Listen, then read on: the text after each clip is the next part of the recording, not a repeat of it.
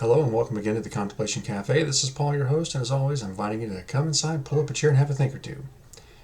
As you remember, one of the rules of the road we have is agree to disagree without being disagreeable.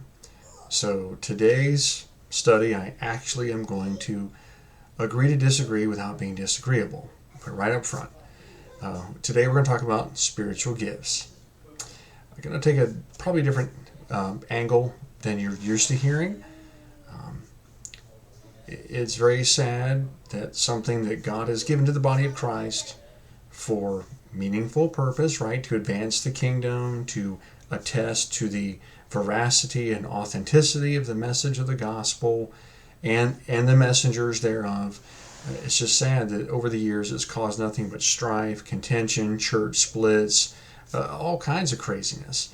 And I can tell you from my own experience, I've heard both ends of the spiritual gift weirdness. So one end says, and I'm not lying, nose isn't growing, if you speak in tongues, you're not saved. And on the other end, if you don't speak in tongues, you're not saved. I've heard them both, and they're both completely wrong.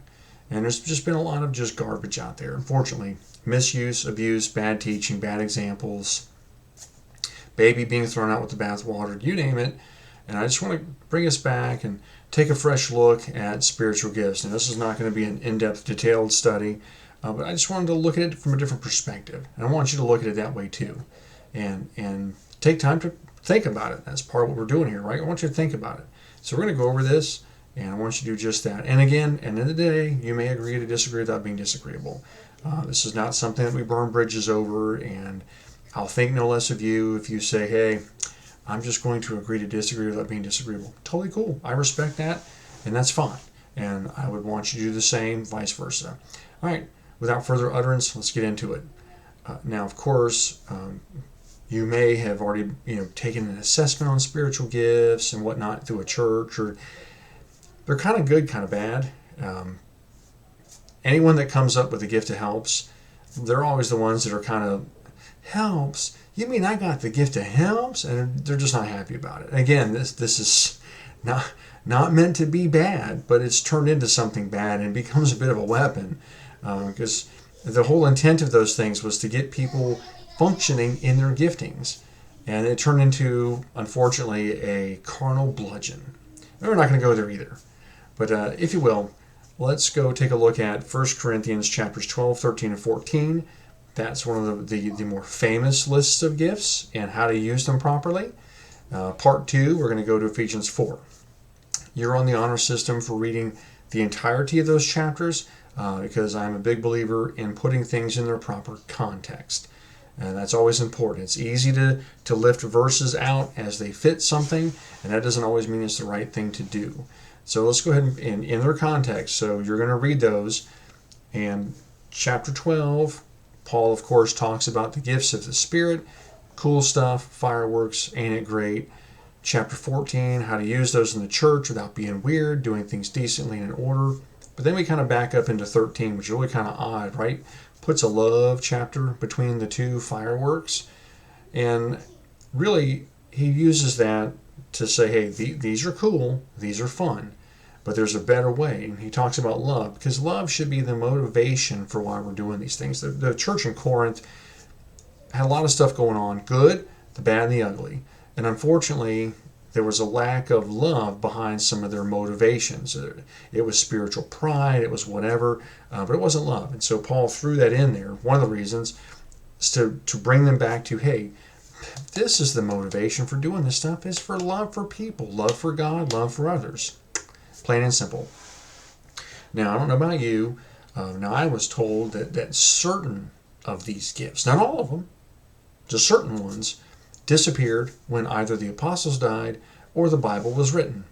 Now, you can't find anything in the Bible that says that either one of those is correct, but it has been passed down from generation to generation, unfortunately.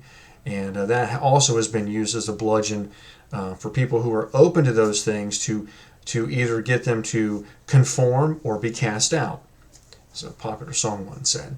And again, that's terribly wrong. That's not what it's there for.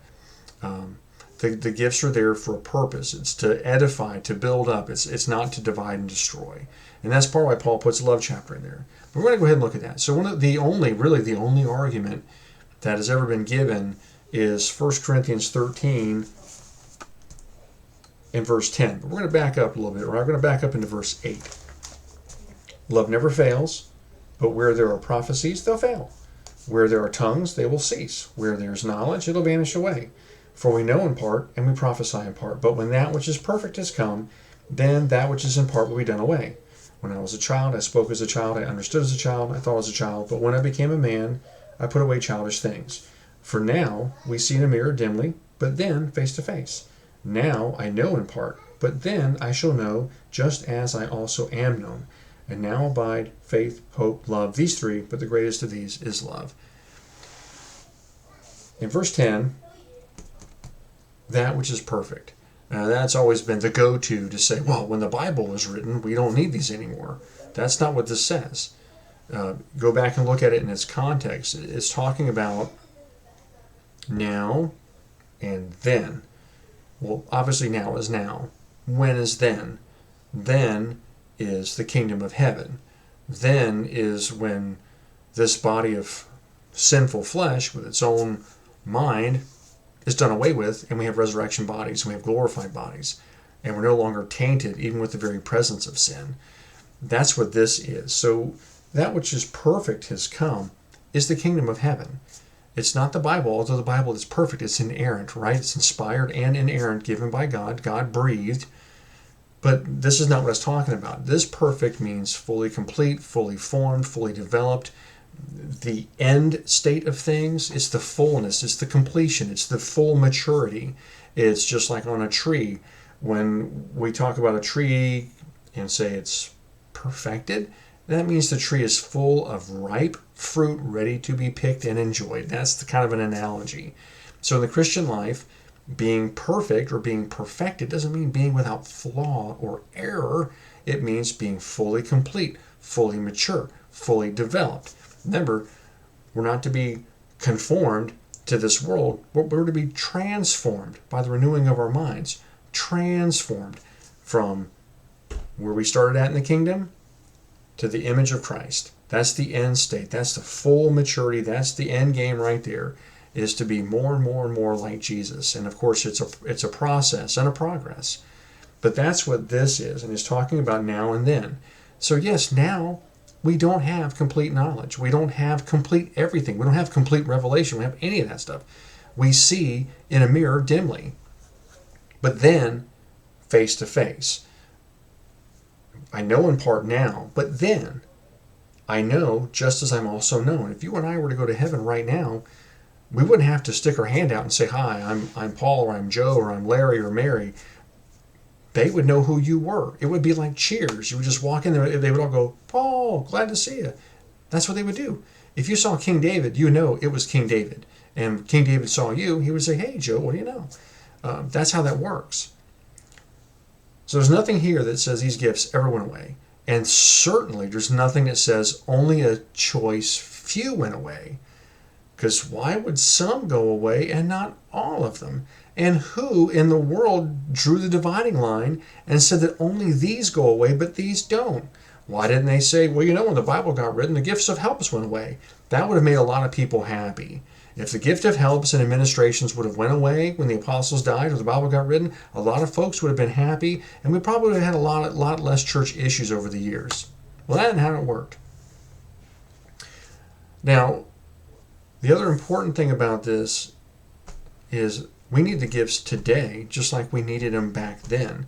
I would dare say that we need them now more than we needed them back then.